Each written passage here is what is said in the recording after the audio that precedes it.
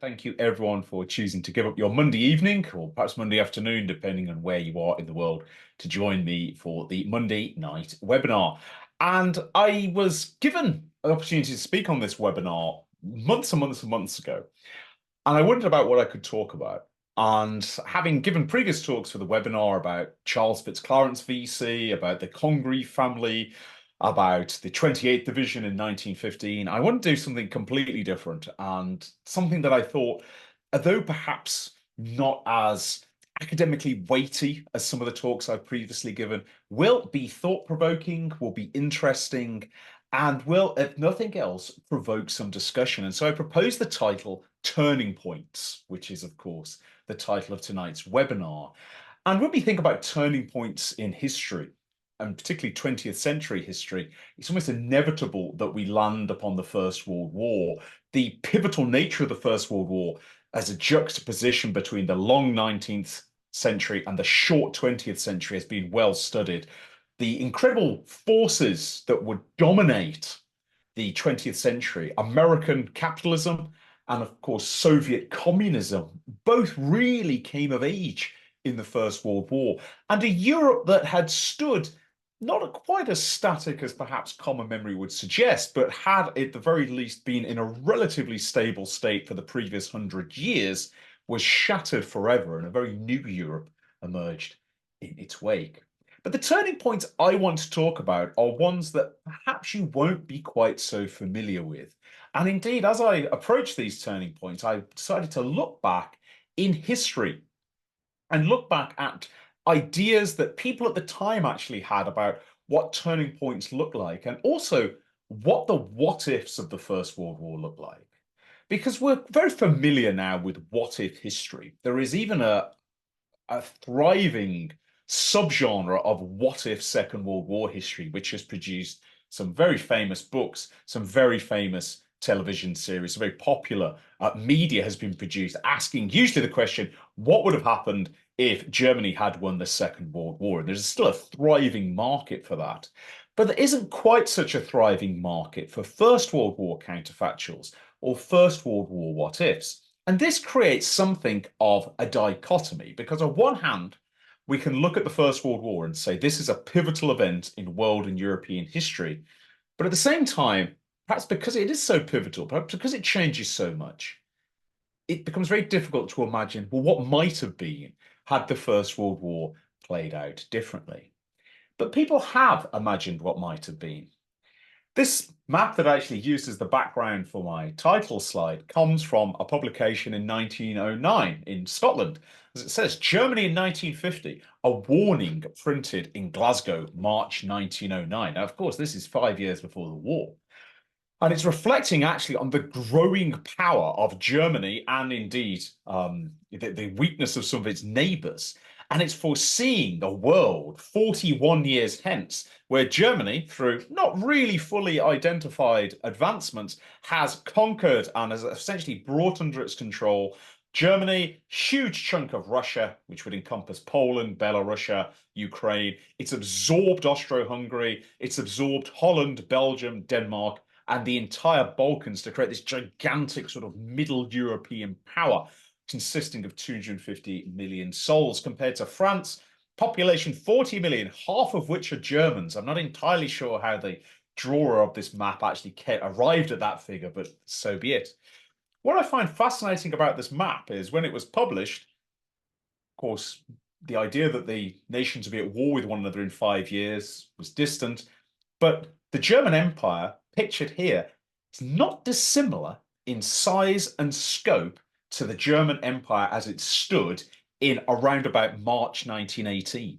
If we think about the era which Germany occupied, particularly in Russia, having forced the Treaty of Brest-Litovsk onto Russia, if we think about Germany's close alliance with Austro-Hungary, its virtual control of Austro-Hungary's military, the conquest of Serbia, Bulgaria, of course, part of the Central Powers, Romania occupied. Germany actually came quite close to resembling this on the map of Europe. It's a fascinating example of the predictive element of the First World War, imagining something that actually would come quite close to passing. And the very fact that this could be imagined in 1909 shows the imagination of writers and what were sometimes called future war theorists thinking about how a war might play out. But curiously, actually, after the war, what we now call counterfactual histories, war histories that examine a war, examine a period of history, and imagine what might have been, were not especially popular. Exact reasons why can be surmised. On one hand, counterfactual history was a comparatively new form. It wasn't something that was really very popular until really after the Second World War. Instead, you tended to have future war books predicting a future conflict. Reimagining the First World War after the First World War was not popular in the same way it was for the Second World War. And three works I picked out here as being of particular interest to count for counterfactual works, all appearing just over a decade after the end of the First World War.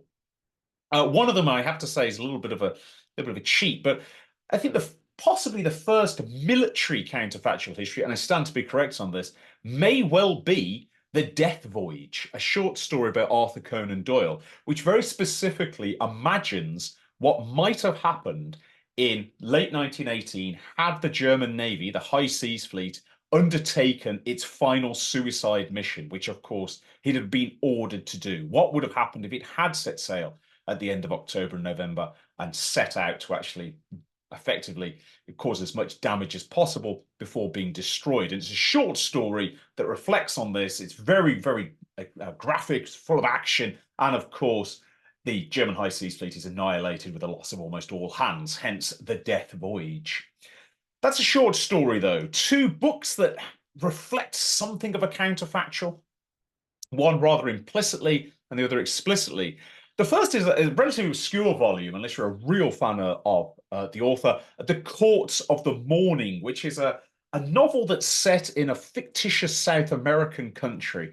And it features what is quite obviously the German army. They're even commanded by a German officer or German named officer who fight very much like the German army of the First World War.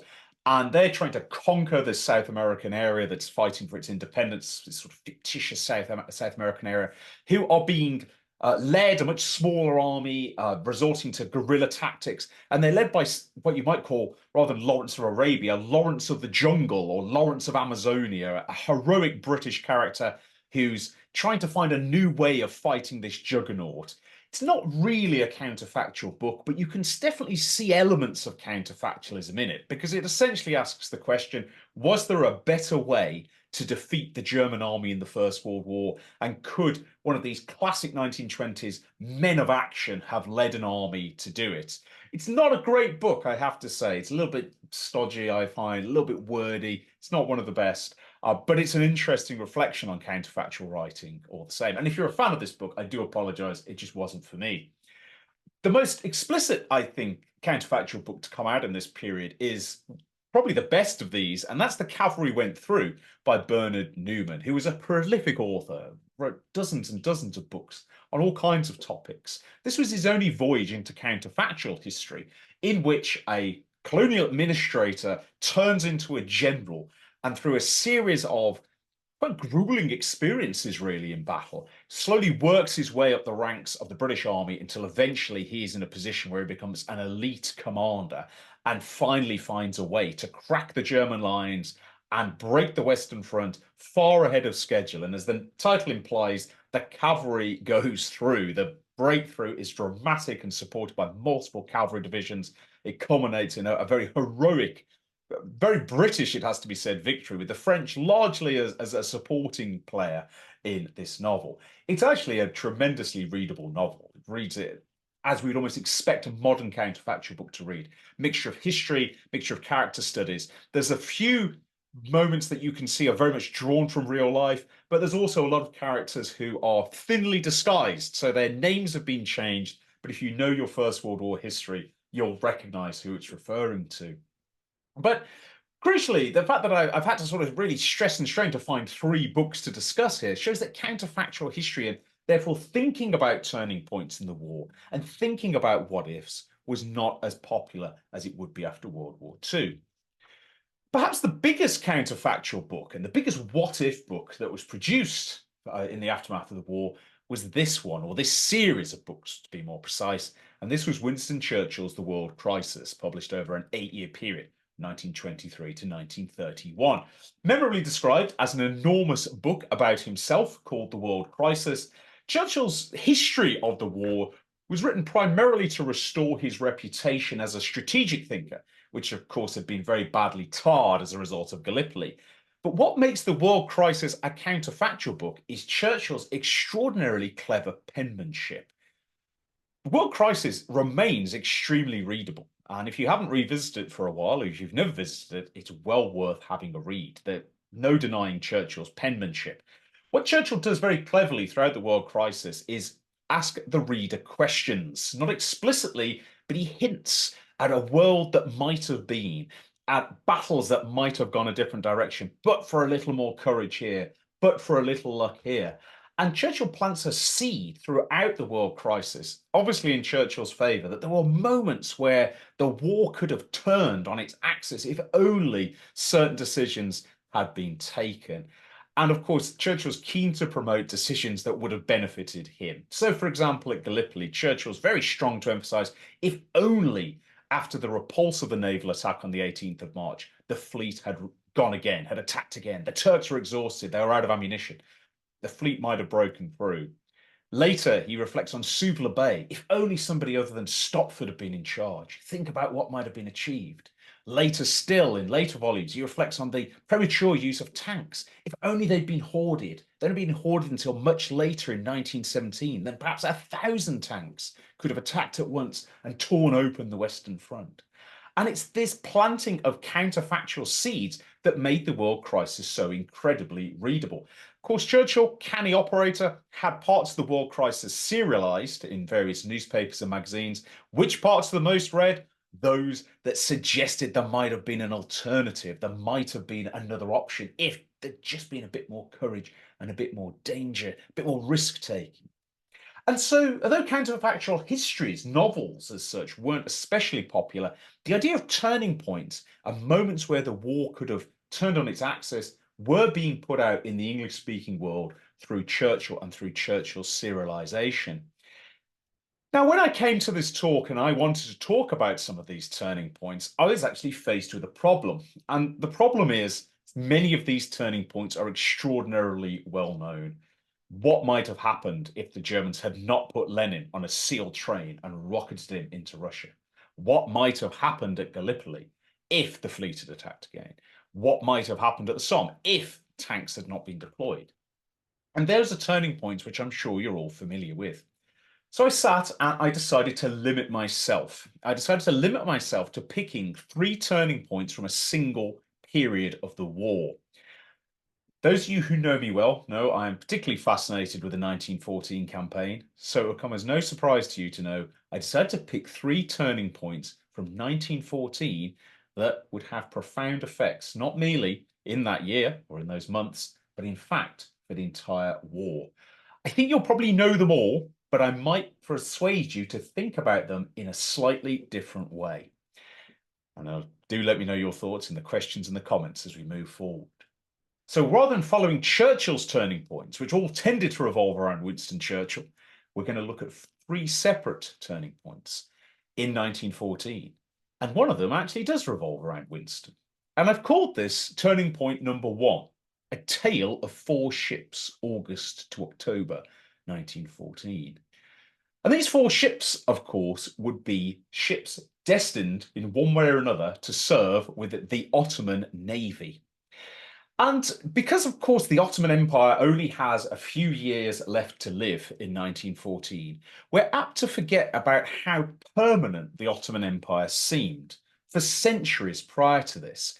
And though the Ottoman Empire had shrunk quite dramatically from the 1870s up to 1914, as it lost various parts of its territory to rebellion or war, it still remained a formidable force. And under the leadership of its new government, the so-called Young Turks, a more dynamic leadership who wanted to see Turkey modernize and improve, it had taken steps to improve its army and improve its navy. And following a model that had been set originally by Japan in the 19th century, to do those 2 things, it looked towards what were deemed to be the greatest powers in those fields.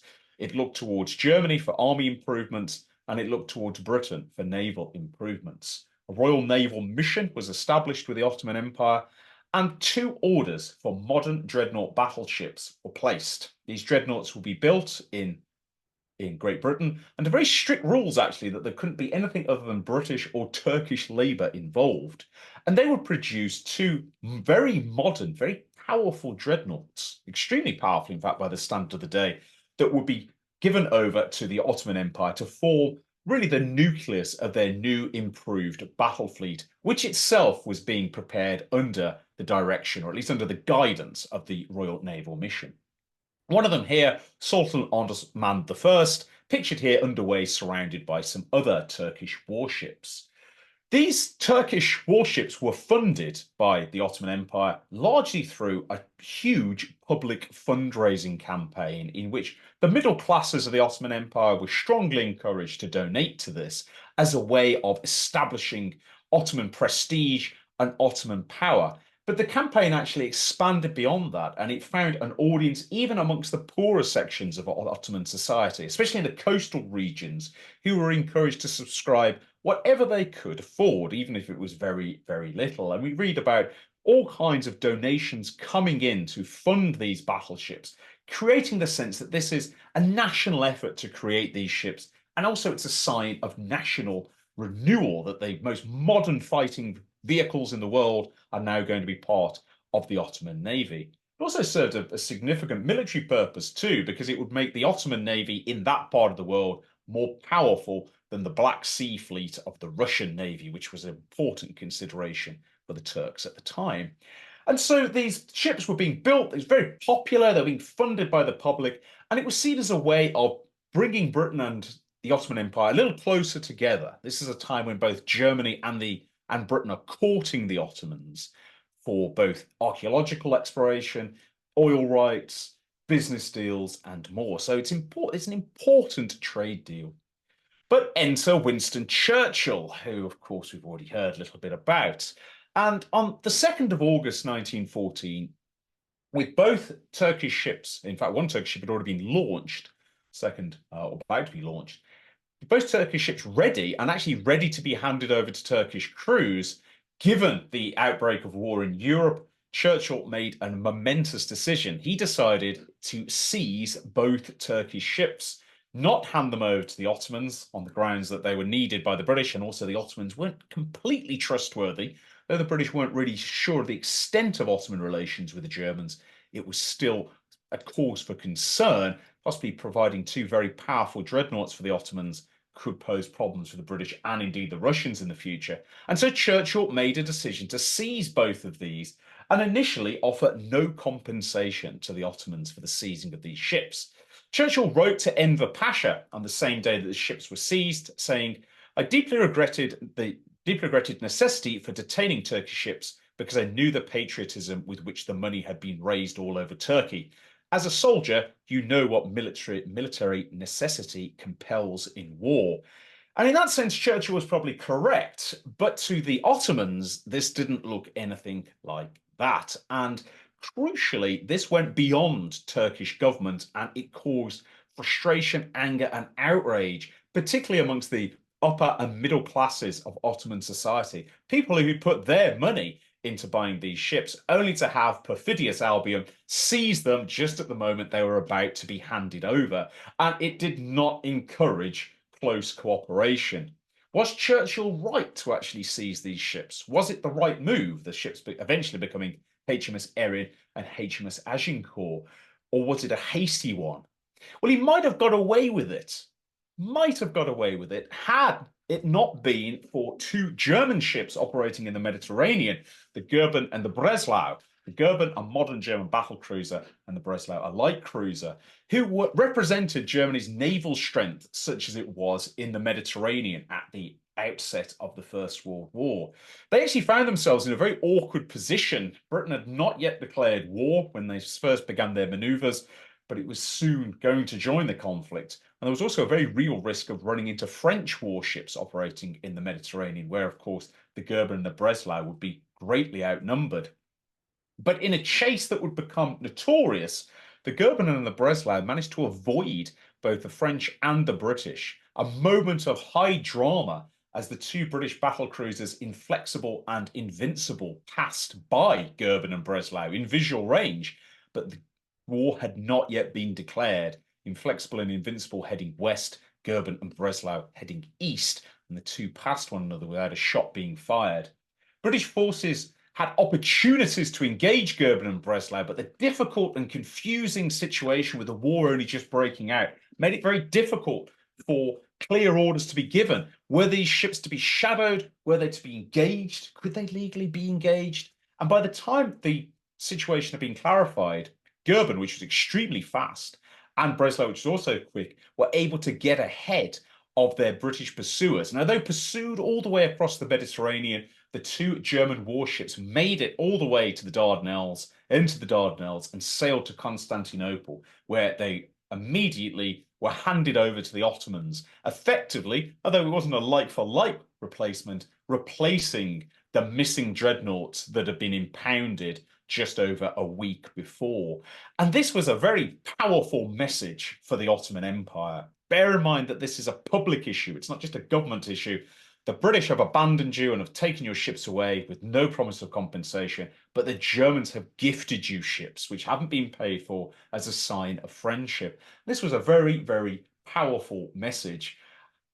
Two moments that interacted so powerfully would ultimately, of course, lead, perhaps, though not necessarily decisively, but they would certainly push the Ottoman Empire much closer to Germany than it was to the Entente. Historians still debate the extent to which the Ottomans were committed to joining Germany, regardless of the Goeben and Breslau, or indeed their missing dreadnoughts. But in fact, the government of the Ottoman Empire was rather divided between those who favoured very strong and neutrality, particularly towards Russia, and those who favoured an alliance with Germany as a way to try and reclaim lost territory. And it was closer than perhaps widely recognised how strong the pro-neutrality camp was to the Germans.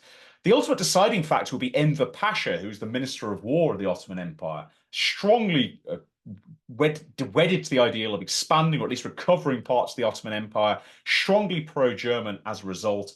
And it would be he who would order out the Breslau and the Goeben into the Black Sea to actually attack the Russian Black Sea ports and ships in that region as the trigger event, effectively the declaration of war by the Ottoman Empire upon the Allies. This entry of the Ottomans into the war in late October 1914 was by no means inevitable. And we can debate the extent to which it may have happened regardless of the ships, but undoubtedly that played a role. And what might have happened if the Ottomans had remained neutral, had signed their strong neutrality treaty with Russia? Well, on one hand, there's every chance the Ottoman Empire would have survived for another 50 years at least. There's also the issue of what that might have meant for the wider war.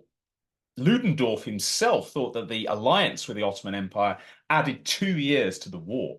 It's probably exaggerating that, but if the Allies, particularly the British, had not had to dedicate hundreds of thousands of soldiers to the war in the Middle East, one may have wondered whether the Western Front would have remained static for as long as it did. Whatever the exact consequences of the Ottoman Empire's entry, one does have to wonder if there was a way to keep them out of the war, keep them neutral in October 1914.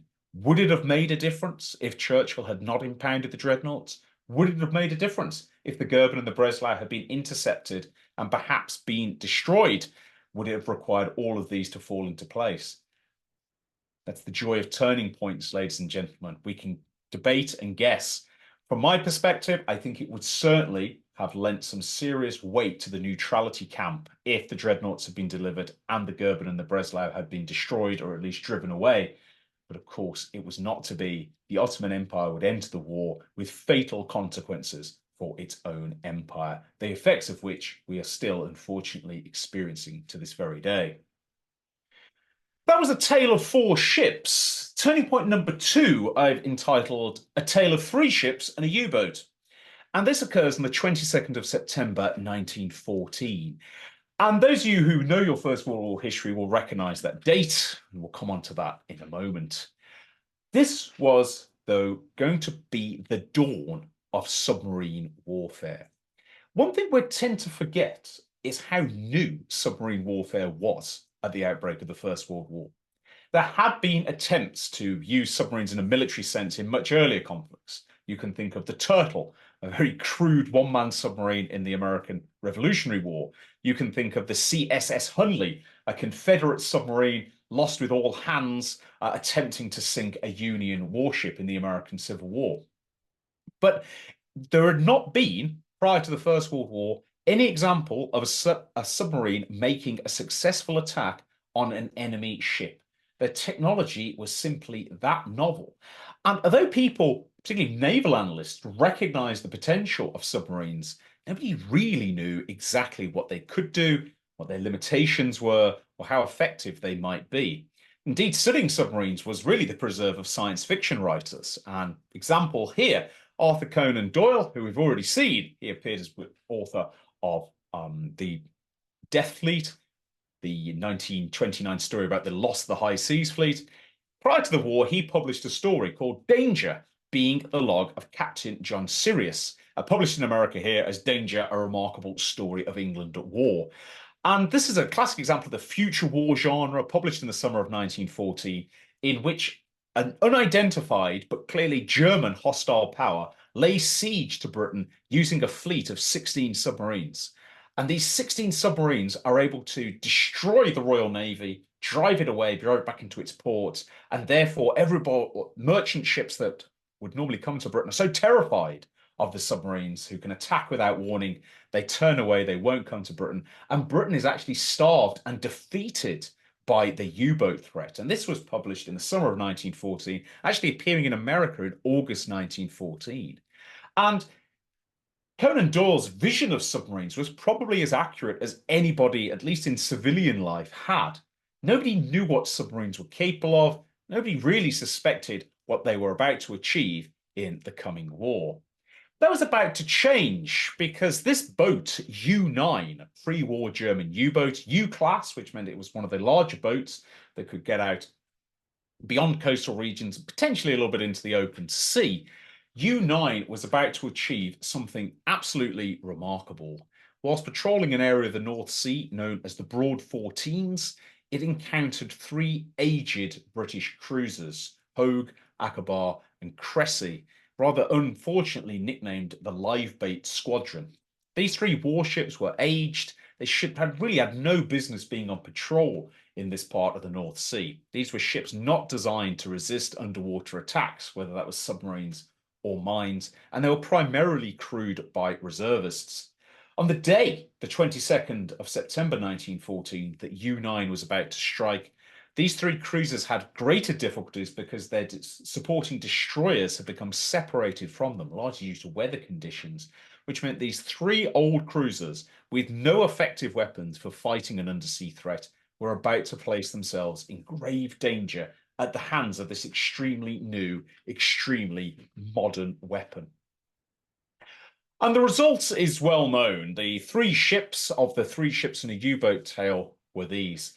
All three would be sunk in a relatively short space of time by that single U-boat. And it's a reflection of a host of factors, effectively the obsolescence of these warships, completely unable to resist underwater hits, the inexperience of captains dealing with an underwater threat, a submarine, the inexperience of submarine warfare, which was totally novel at this stage of the war, and also the simple human tragedy of the fact that well over 1,000 British sailors would perish, including some unfortunates who'd be sunk 3 times. As one ship sank, crew were rescued by the next, which was sunk in turn, crew were rescued by the third, which in turn was sunk. And there's something of a naivety about this as ships are hit by undersea by the submarine torpedoes. Other ships stop engines to pick up survivors, making themselves sitting ducks and becoming targets in turn. And the destruction of 3 warships with such a huge loss of life by a single German U-boat, much smaller with a much smaller crew, was a shocking event, a pivotal event, a turning point event in how people on all sides of the war, including neutrals, came to view a submarine. It had achieved something that seemed almost impossible. How could 3 warships, obsolete as they were, old-fashioned as they were, be so effortlessly destroyed by this single submarine? And this set in train notions about the power of the submarine and the threat of the submarine that would infect the minds of all powers, whether the Allies, the Central Powers, or indeed the neutral powers. Suddenly, the Broad 14's attack by U-9 became the standard expectation of what a U-boat could do. And that would have profound and lasting effects. One of its effects was that Alfred von Tirpitz, perhaps the most controversial of all of Germany's military leaders in the First World War, and that's some stiff competition, one might add, he was incredibly enthused by what U-9 had achieved. And indeed, other U-boats would go on to also sink British warships and Allied warships. By the end of 1914, nine Allied warships had been sunk, which was not a bad rate of return given the relatively small size and, of course, the much smaller crews of U-boats. And in the autumn and winter of 1914, Tirpitz decided to give an interview to an American journalist in which, echoing perhaps Conan Doyle's story, and perhaps overexcited by the success of U-9 and indeed some other U-boats against warships, Tirpitz proudly boasted, "England wants to starve us. We can play the same game, bottle her up and destroy any ship trying to run the blockade," as part of a wider interview. And how would this be done? It would be done with U-boats. The "England wants to starve us," of course, referring to the Royal Navy's distant blockade of the entrances and exits to the North Sea.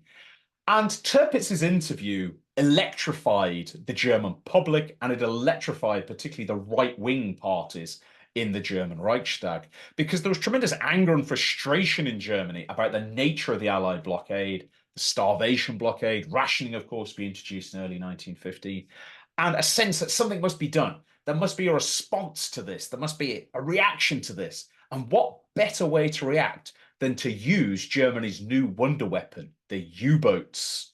U-9, incidentally, the only U-boat of the First World War to receive an Iron Cross as a vessel. Only two vessels received an Iron Cross, the Emden, the raider in the Indian Ocean, and U-9. What better way to starve Britain than with U-boats, which seemed so powerful? If a single U-boat could sink three British warships, think what a single U-boat could do to Allied merchant traffic. It would be invincible, and the effects it would have would be absolutely enormous and outsized. And combination of U-9's success and Tirpitz's provocative interview lit a fire of enthusiasm for U-boat warfare, a demand from the public, a demand within politics, and ultimately a demand from the Navy to be allowed to use U-boats to try and strangle British trade.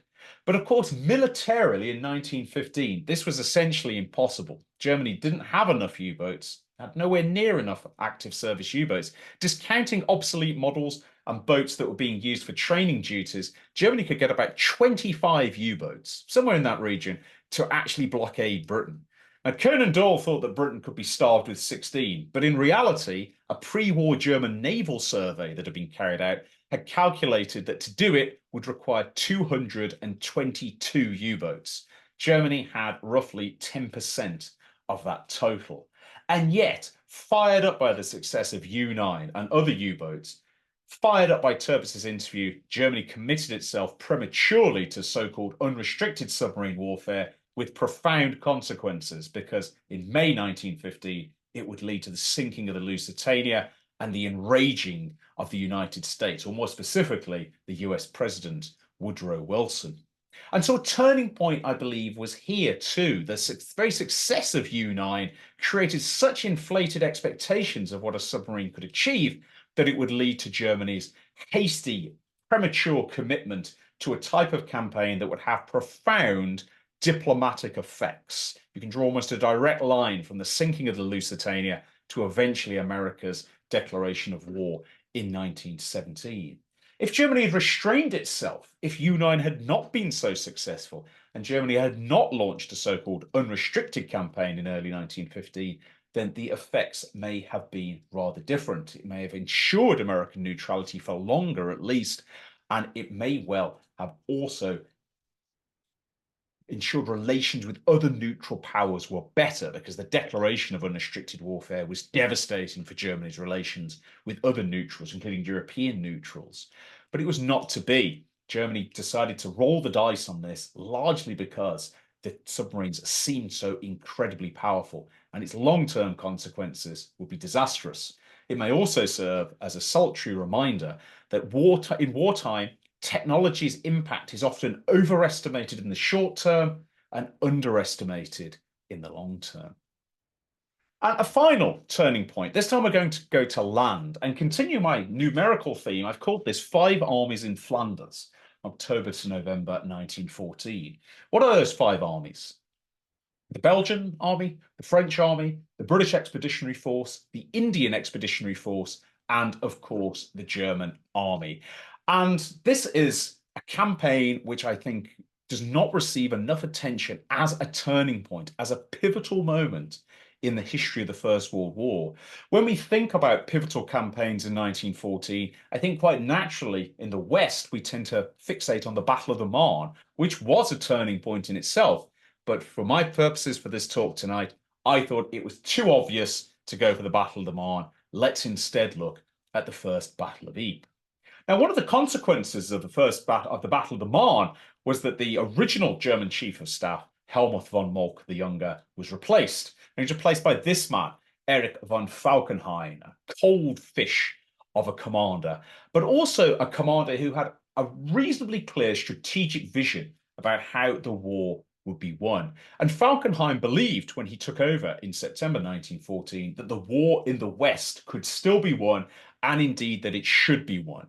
And his vision was to try and break through the Belgian region, Flanders region, go clean through this region and reach the Channel ports, Dunkirk, Calais, and if he could make it, Boulogne. By capturing these Channel ports, he would put severe pressure on British logistics, and he would also have a very powerful point for future campaigns, either to advance south into France or to serve as a naval base from which to cause problems for Britain, particularly in the English Channel. And so the capture of the Channel ports was seen as the first step in Falkenhayn's mind to a decisive longer-term campaign against the Allied powers, threaten Britain navally and threaten France on land. And this would lead to the so-called race to the sea, as Falkenhayn and indeed the Allied commanders, I should say Field Marshal Sir John French for the British and Marshal Joffre for the French, sought to block one another's advance, heading north, in this series of sort of rolling meeting engagements as each side looked for the other's flank, until eventually, of course, both sides hit the Channel coast and there were no more flanks to turn. And once that had been achieved, around about the middle of October, Falkenhayn's next move was to simply try and batter his way through, passing through the city of Ypres, which you can see, of course, marked on your map in the center. Why Ypres? It was because for Ypres was almost like the central part of a wheel with spokes radiating out of it. Ypres served as this hub from which you could, if you controlled it, you could break out in a variety of directions, always heading towards the Channel ports, using the roads that could lead you there.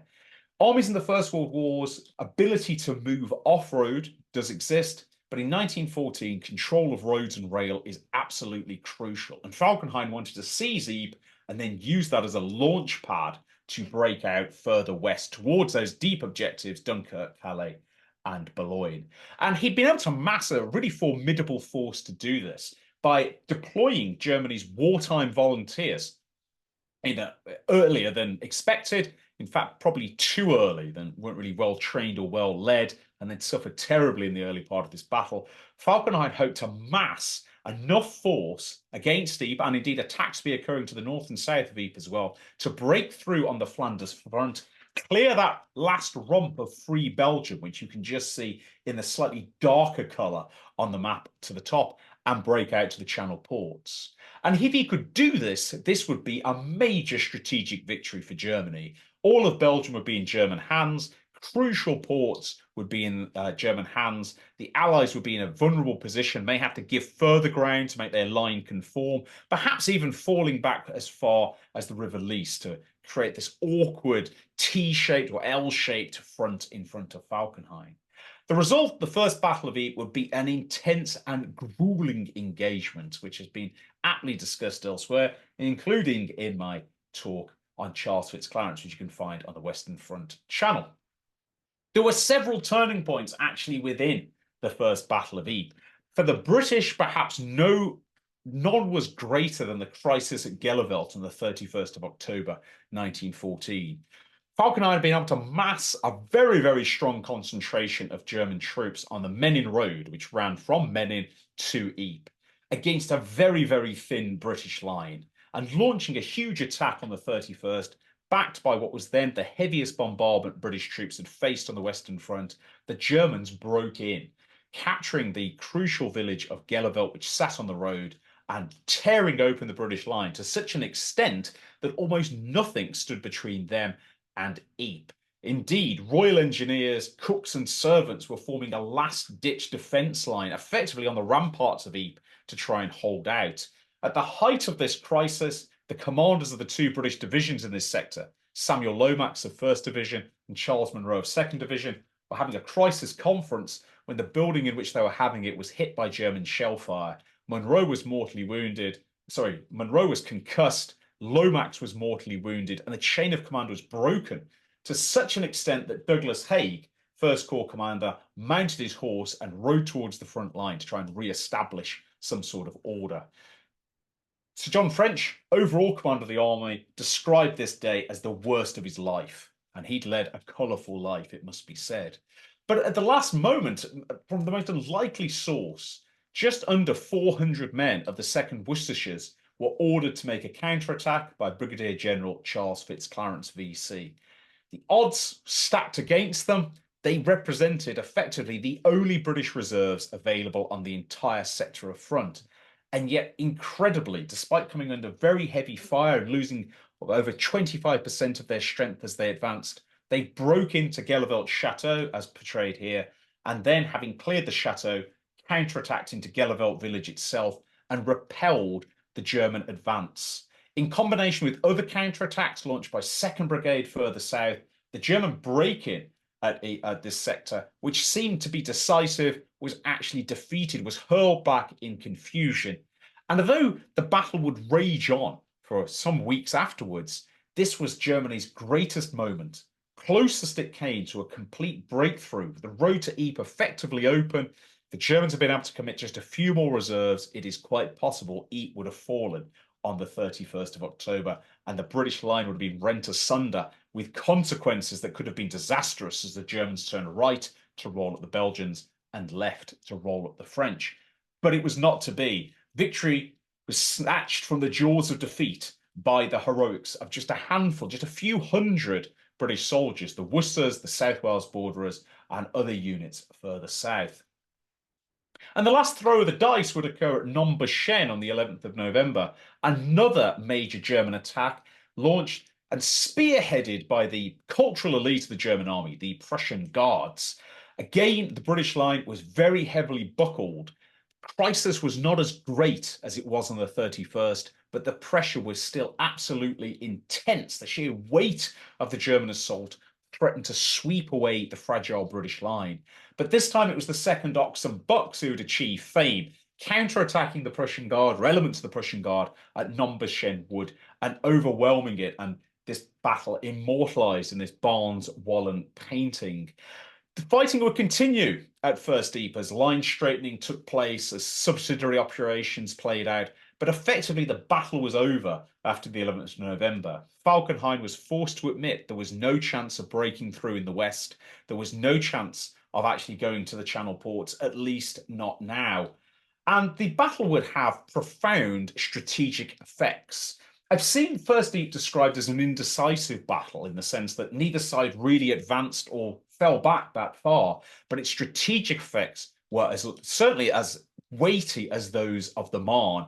Falkenhayn, who'd come into the battle believing the war could be won in the West, if not in 1914, at least in early 15, was violently disabused of this notion. His army had suffered very heavy casualties. He didn't quite realise how close he'd come to breaking the Allied line. All he knew was that ultimately he had failed.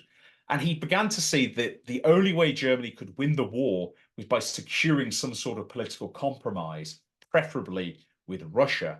And Falkenhayn, perhaps uniquely amongst the senior German generals of the First World War, was keen to try and put political victories hand in hand with military victories. He thought almost anything should be offered to Tsarist Russia to get it out of the war.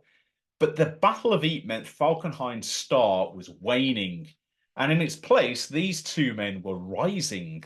Von Hindenburg and Ludendorff, the victors of Tannenberg, that decisive battle in August 1914 in the East, and the men who seemed to be the rising stars in the German army.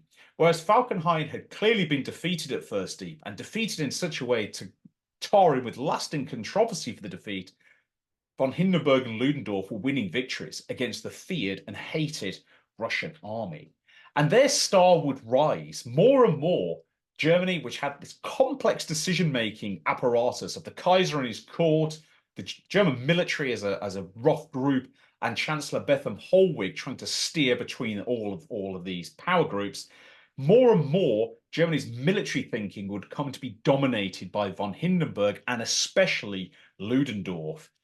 Many of Ludendorff's contemporaries questioned his sanity, and he admitted himself he had absolutely zero knowledge of politics. But crucially, what Ludendorff and von Hindenburg were doing was winning battles, whereas Falkenhayn was not. And their rising power, and particularly Ludendorff's comparatively nihilistic view of the war, he tended to see it nothing more than an amalgamation of battles, one of which would be decisive. He certainly didn't link battles to longer-term political outcomes.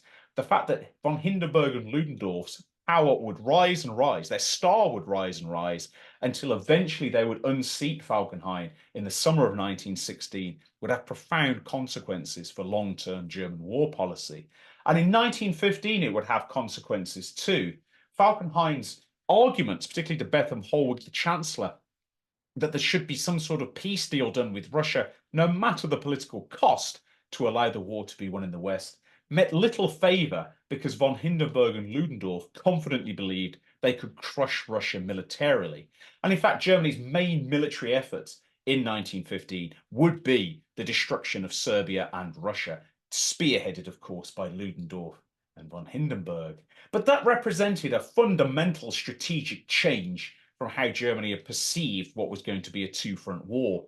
German pre-war planning had emphasised the need to defeat France before turning to Russia, but the defeat at First Ypres meant that inevitably the Germans turned towards what they saw as the softer opponent and would put their efforts into Russia. But this would ultimately be a no-win strategy. The Germans could advance so far into Russia, could inflict enormous damage on the Russian army, but could not find a way to make it crack politically, at least not in 1915 and 1916. And instead, this decision to turn east would lock Germany into the full effects of a two-front war, and any chance of a political compromise became lower and lower. And that is one of the great strategic elements of First Ypres. And so, ladies and gentlemen, three turning points, all from 1914. Sure, you may have some thoughts on this. You may even disagree with me. You may have other turning points from 1914 you think are worthy of note. And you may wonder, well, what about 1915, 1916, 1917, and maybe even 1918? Well, if you've enjoyed this particular talk and you'd like to hear more about turning points in those years, you'll just have to ask the Western Front Association to invite me back, because there's plenty more to discuss. And in terms of plenty more to discuss, it wouldn't be one of my lectures to the Western Front Association without some grotesque self-promotion. So if you're interested in the idea of turning points, if you're interested in how the war may have played out, and you'd like to try it for yourself, may I direct you to my latest book, co-authored with my great friend and colleague, John Buckley, which is called The Armchair General World War I, Can You Win the Great War? And this is a book, it's a book about counterfactuals of the First World War. 8 separate scenario chapters invite you to consider a range of problems in the First World War, from the July crisis of 1914 to the Russian Revolution. But of course, the gimmick is you're in command. As you read through each chapter, at key points, you'll be invited to make a decision, and you have to turn to a particular page to see what's happened. It puts you in the hot seat, and it may just show you that sometimes the decisions that we look on now as foolish, perhaps the options were even worse, and you can get it wherever you get your books. And if you'd like to hear more discussions about all kinds of aspects of the First World War, I'd invite you to have a listen to the podcast that I co-host with, again, my great friend and colleague, Dan Hill, which is Not So Quiet on the Western Front, available wherever you get your podcasts. And we range over a wide variety of topics, including discussing various key battles, discussing various key aspects of the First World War. And there's a new episode out every Friday. You can find it wherever you get your podcasts. Having done my little bit of sales, and hopefully you've also made some notes, now it's my turn to actually take a break, bring this presentation to a conclusion, and say thank you very much for your attention. And if we can get through some questions before I have to leave and have my very late dinner, I'll be happy to help. Spencer, that was a tour de force. Thank you very much indeed. We've got 3 questions already, so let me Andrew's question was this. Did Churchill have a valid point with any of his counterfactuals in the world crisis? This is, I suppose, the joy of counterfactual, because it's very difficult to disprove a counterfactual. It's ultimately an opinion. But Churchill did actually have some validity with his counterfactuals, and he's often criticized because it's a self-serving book. That's a little bit like criticizing, an orange for being orange. Churchill was always going to write this type of book. But in terms of counterfactuals where he may have had a point, one, although he's actually wrong, given the information he had available to him at the time, he had a point. And this was particularly his displeasure that there had not been a renewed attack after the repulse of the fleet on the 18th of March, 1915. Now, we know now, as historians with access to the Turkish archives, the Turks had got plenty of ammunition. They weren't demoralized. They were actually in high spirits. They were feeling pretty good about what they'd done to the combined fleet. Churchill argued the Turks were exhausted and they were short of ammunition. Well, based on the information he had when he was writing this, that's what it looked like. And so he had a point there.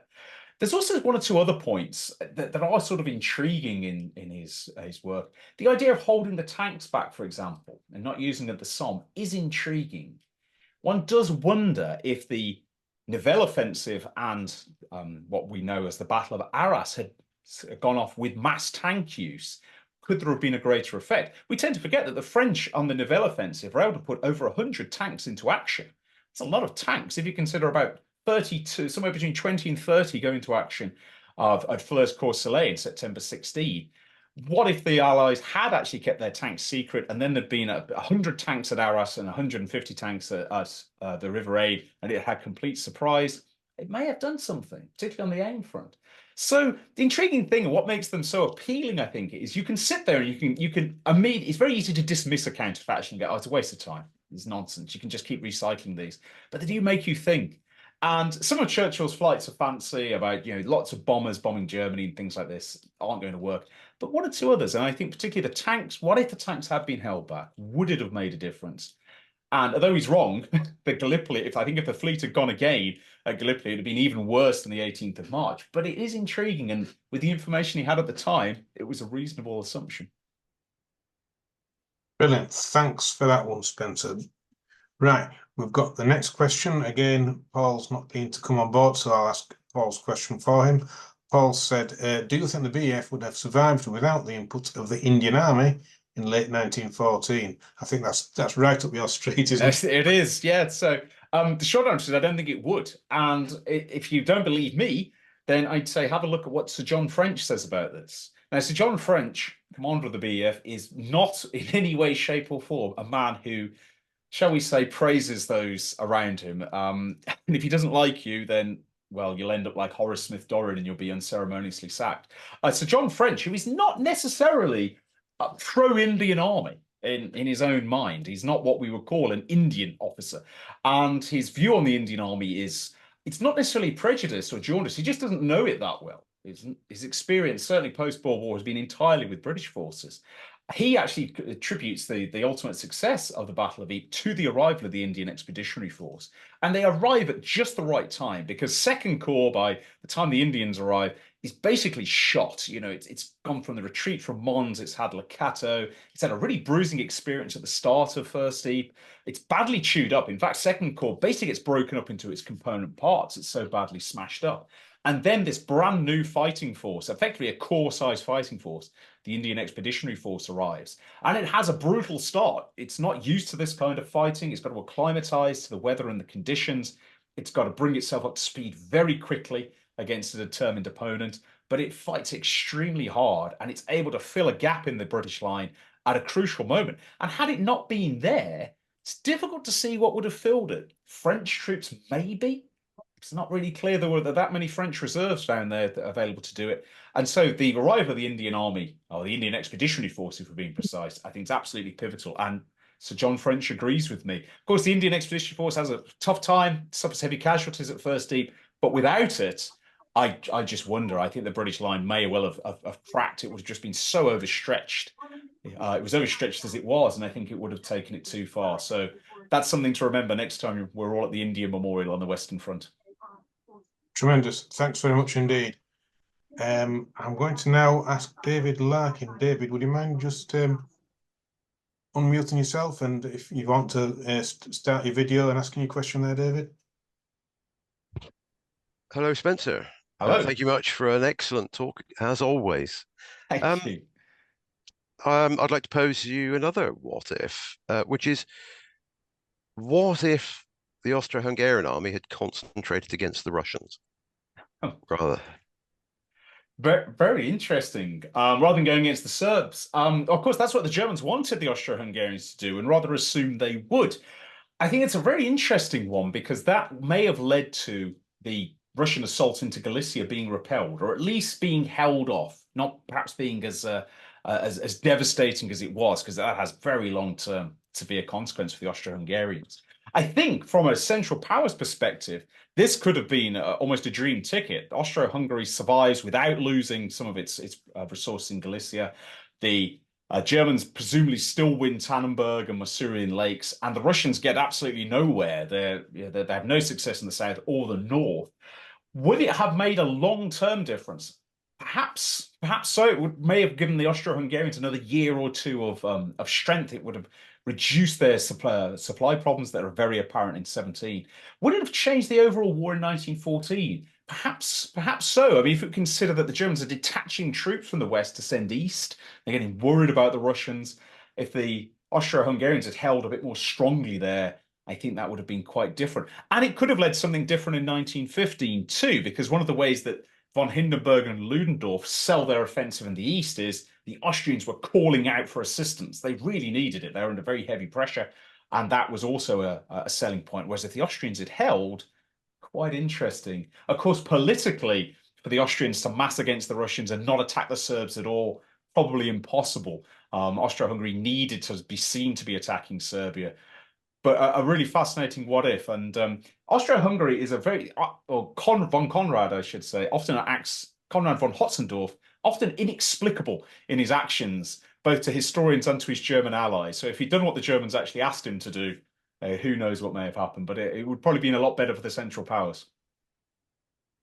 Brilliant. Thanks very much for answering David's question there. Next, Graham Evans. Graham, do you want to unmute yourself? Thank you, David. Thank you, Spencer. Regarding the First Deep, the Second Worcester's counterattack, you described how the divisional commanders were caught in a barrage, and Haig came in to rescue the situation and successfully did that with the counterattack that you described. Did Haig take from that situation, from the opposition's point of view, that with just one more push, the Germans would have taken Ypres? And therefore, Haig took away from that experience in 2014, how if the Germans have just done another attack, they would have been successful. Did he take that and use that once he became the commander-in-chief at Ypres? Third battle, for example, where he thought, well, just one more push, and we'll break through. And that sort of tainted his view of just one more attack and we're through. Do you think there's something in that? I think there is. I do. And one thing I've said elsewhere is I think Haig is a compound optimist. So he takes one good idea or one positive indication and he doubles it in his mind. And then the next positive one gets doubled in turn and it builds and builds and builds. That, in some ways, is one of his greatest flaws, I think, as a commander. It's this eternal optimism. And it's really striking when that optimism runs out in 1918. But I do think he takes from First Deep this view that the Germans were within an absolute an ace of winning. It's significant that the counterattack at Gellivelt is not properly recorded at the time. The battle is so intense, it's so confused, it's not really clear what's happened, and it's only actually after the battle and there's a lull on the front, that the paperwork is actually produced. And it's significant that Haig orders all that paperwork to be retrospectively added to divisional and brigade war diaries. And so if you look at it, it's all tucked in at the back of 1914. So he clearly thought this was very important, and he drew something from it. And I certainly, a number of Haig biographers have noted this, and I believe myself, he thought, well, one last push and the Germans would have been into Ypres. What does this tell us? But in some ways, he should have drawn the opposite conclusion. What it shows how difficult to break through it is if there's still determined opponents, even there's only a handful of them, there's still determined opposition, well led, they can turn a seeming breakthrough into a stalled advance or even a defeat with a counterattack. And of course, that's what would so often happen in 1916, 17. But I do believe that's one of the big lessons he drew from First Ypres. One, when you're there, one last push will often carry you over. And the German mistake was not to push harder, rather than reading it and saying a key timed counterattack can turn the tide. Thank you, Spencer. Thank you, Brilliant. David. Thanks very much. Thanks, Graham. Next, William Franklin. William, do you want to just unmute yourself there? Spencer, how are you? Hello, William. It's good to see you again. It's been a long time. It has. My question is really cheeky. Would it have been a turning point for the rest of the century if Bernard Montgomery had been killed at Metteren instead of badly wounded in 1914? Well, you can play around a lot with that, Will. So if nobody had gone in to bring Montgomery back, would have been shot through the chest and he died. Long-term consequences of the Second World War would have been absolutely vast. And we can play around with it a little bit more. What if Winston Churchill had been killed in the trenches in 15 or 16, or perhaps even more positively, what if Adolf Hitler had inhaled just enough gas to actually push him into the great beyond? Yeah. But you can play around with a lot of these, and the number of people who become so important later in life, in their lives, that could have died in the First World War is absolutely remarkable. And but for a single stray bullet, or in Montgomery's case, what if nobody rescued him? So, it's a very interesting one to think about. Yeah. Where does history go without these famous figures? Thanks very much. Good to speak to you. Great to see you. Thanks, William. Next, David Muir. Yeah, in some ways, this follows on a little bit from the previous question, but a very thought-provoking presentation, as are the books. Over the Top and the Armchair Chair General. One thing that intrigues me, and this is because turning points can be big or small, is what might have happened if Grierson hadn't died on his way to the front. And given the poor relationship, shall we say toxic relationship between French and Smith-Dorrien, possibly something that could have been very, very different had he lived. But interesting point. And I suppose Grierson's one of the great what ifs of the British Army. This expert in German military tactics, expert linguist, possibly the finest operational mind that the BEF has in the field in 1914. But I would perhaps see him surviving, him not dying of a heart attack on the way to Mons, actually in a negative sense, because the retreat from Mons is such a brutal campaign on the body. And Grierson is not fit by any standards. We know historically he dies of a heart attack, largely due to his obesity. In the August heatwave of August 1914, with all the pressure, the psychological pressure, the physical pressure, the lack of sleep, let's consider that between the 26th and the 27th of August, 3 chiefs of staff become, in one way or another, physical or psychological casualties. Archibald Murray has some sort of physical collapse. He passes out. He gets revived with what might be cocaine. He's given a stimulant injection and he's brought round. Frank Beaulieu of 3rd Division is at the end of his endurance, and he actually shoots himself, dies of his wound. And James Edmonds, Chief of Staff of 4th Division, has some sort of physical and mental collapse, is rendered a casualty, he's out of action. So if 3 Chiefs of Staff, the pressure's too much for them and they're cracking, I think Grierson, with all his weight and his weak heart and everything else, I actually think it could have been disastrous, because what if he dies of a heart attack on the evening of the 25th of August, just before the Battle of Le Cateau, and leaves the army or Second Corps without a commander? big dangers. I just cannot think, given his physical state, he could have survived the Great Retreat. I think his heart would have gone probably at the worst possible time. But let's just assume he did survive. He's one of the great what ifs, because intellectually he was very, very highly regarded as certainly as a maneuvering commander. He's highly regarded. If he'd survived, would have had presumably a much better relationship with French. And as a talented commander, would he have eventually become commander-in-chief of the BEF rather than Haig?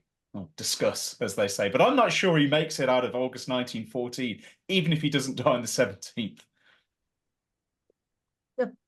Brilliant. Fair enough. It's a very interesting point to debate. Absolutely. There were so many counterfactuals. Maybe had he been fitter, he'd have. Absolutely. Thanks, David. Right, next up, Sarah.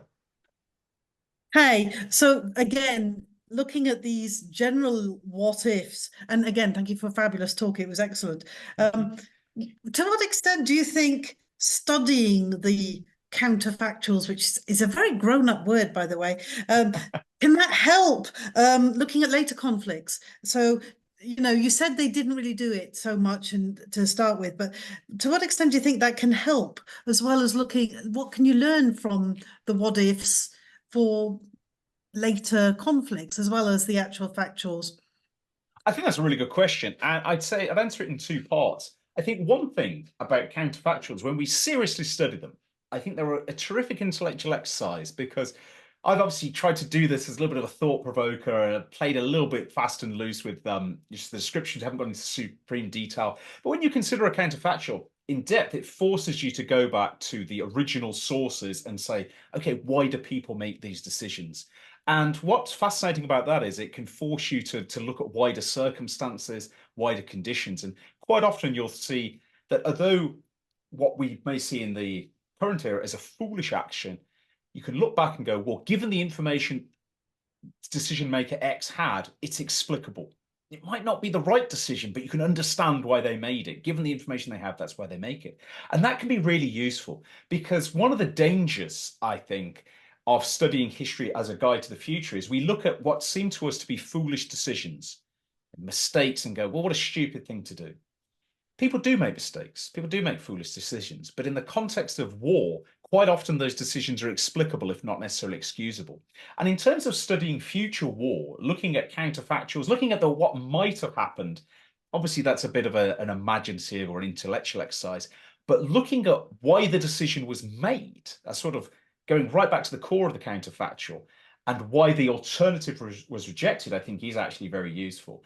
And it's quite interesting that we're already sort of getting some of this now. Some of you may have seen or read about General Patrick Sanders, the current Chief of Staff of the British military, Chief of the General Staff, I should say, gave a speech a few weeks ago saying Britain's in a pre-war state, needs to be aware of this. And he made a direct link to 1914. And he said, oh, in 1914, Britain didn't understand the nature of the crisis it was facing.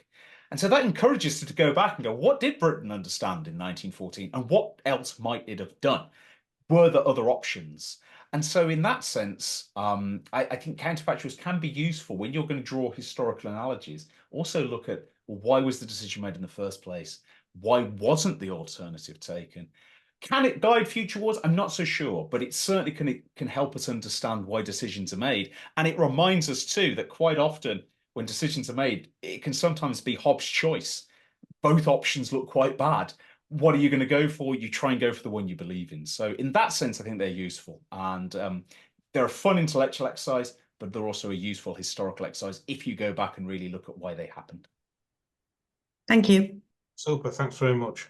Thanks, Sarah, for that. Next, Richard Olson. Richard, do you just want to start your video and unmute yourself? Press. Hi, Spencer. Hello, Richard. Thanks very much. Great talk.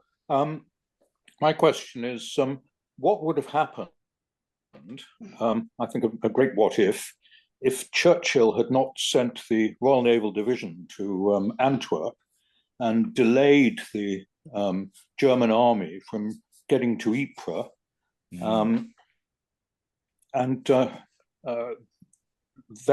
thereby been stopped by Kappa and his 7th Division.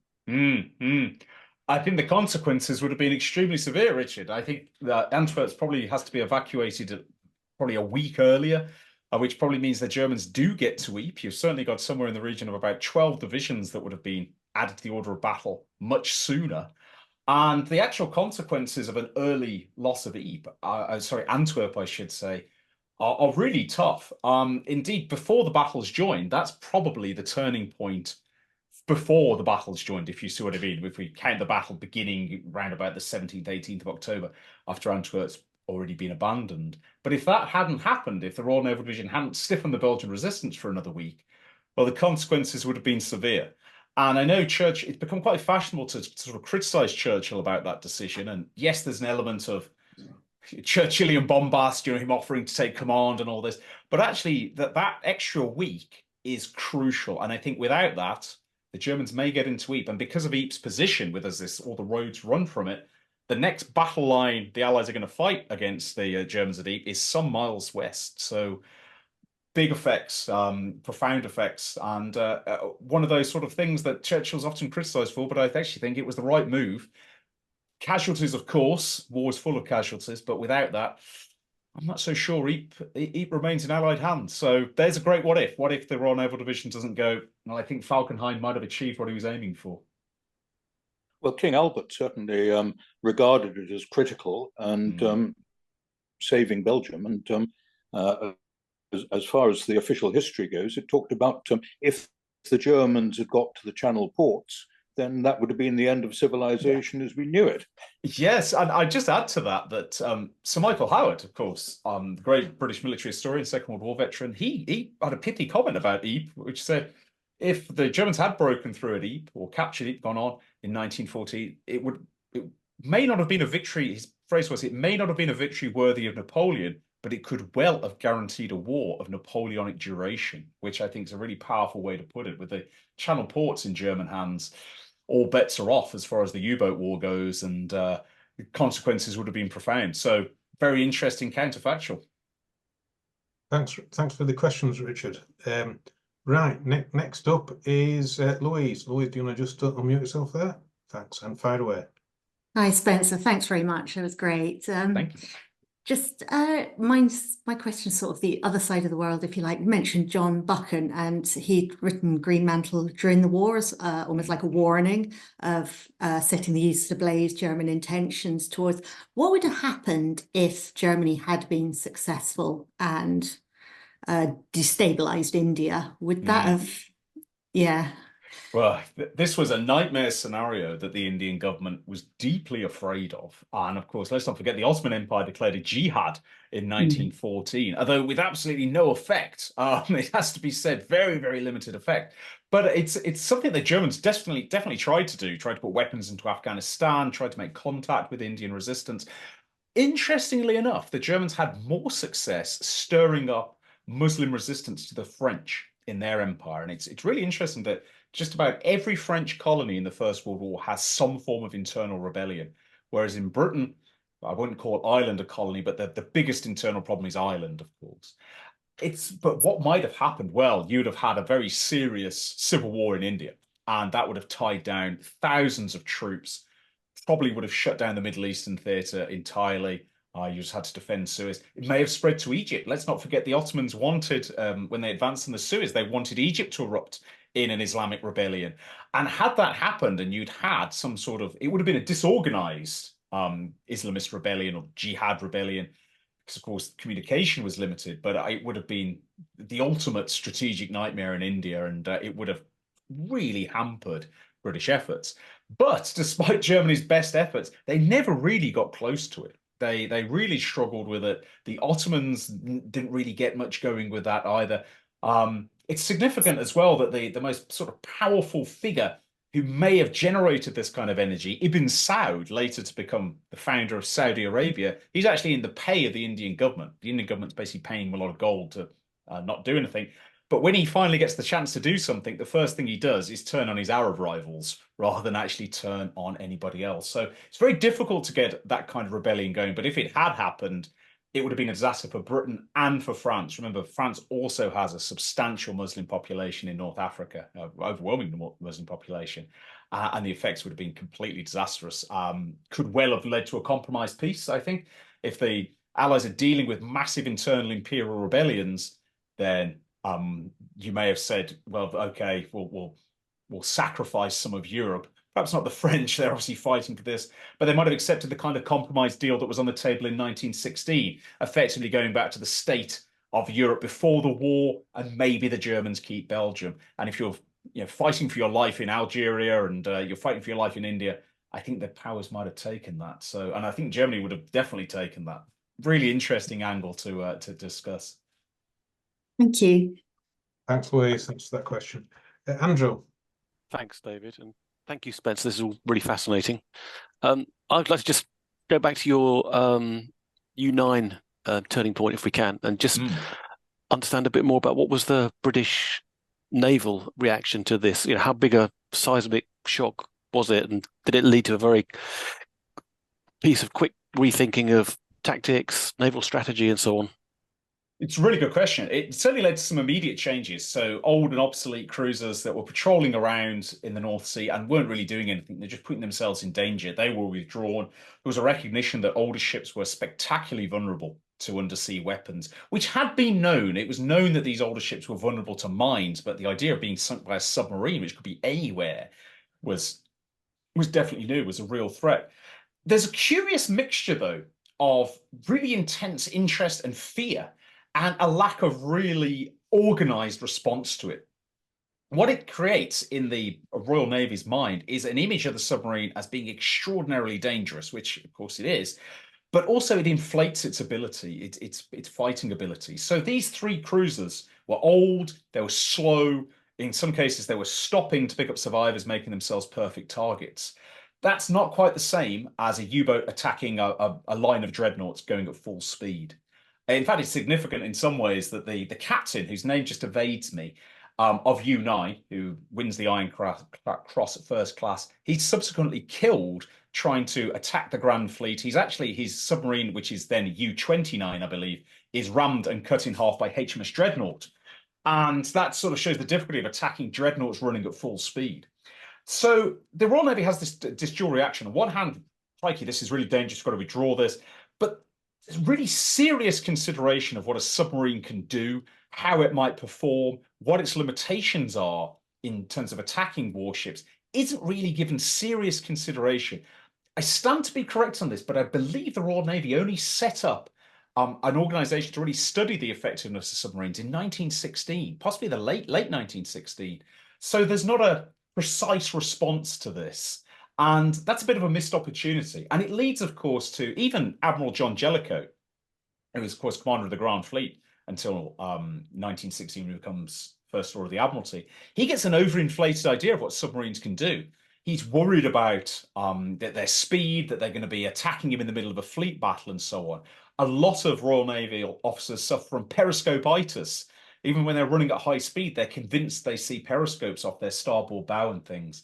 And so U9 creates on one hand, it creates a sense of urgency and danger, but on the other hand, it creates this overinflated sense of what a submarine can do. And those tensions aren't really resolved until really 1917. So it sort of has negative effects, I think, on the Royal Navy in many respects. Thank you. Super. Thanks very much indeed for that question. Right. I know that we've got another few questions stacked up, but I'm going to cut it off because I know it's time's moving on. So on that basis, Corey is going to be the last question. Corey, just want to mute yourself. Oh, thank you. Yes. Going back to the EAPS theme, I've wondered, because I've read stories about the second EAP and the gas attack, and that the gas attack actually worked a lot better than the Germans expected it to, but they didn't really follow up. They weren't prepared to follow up. And if they had been prepared to follow up, do you think that could have led to the breakthrough that they missed the first time?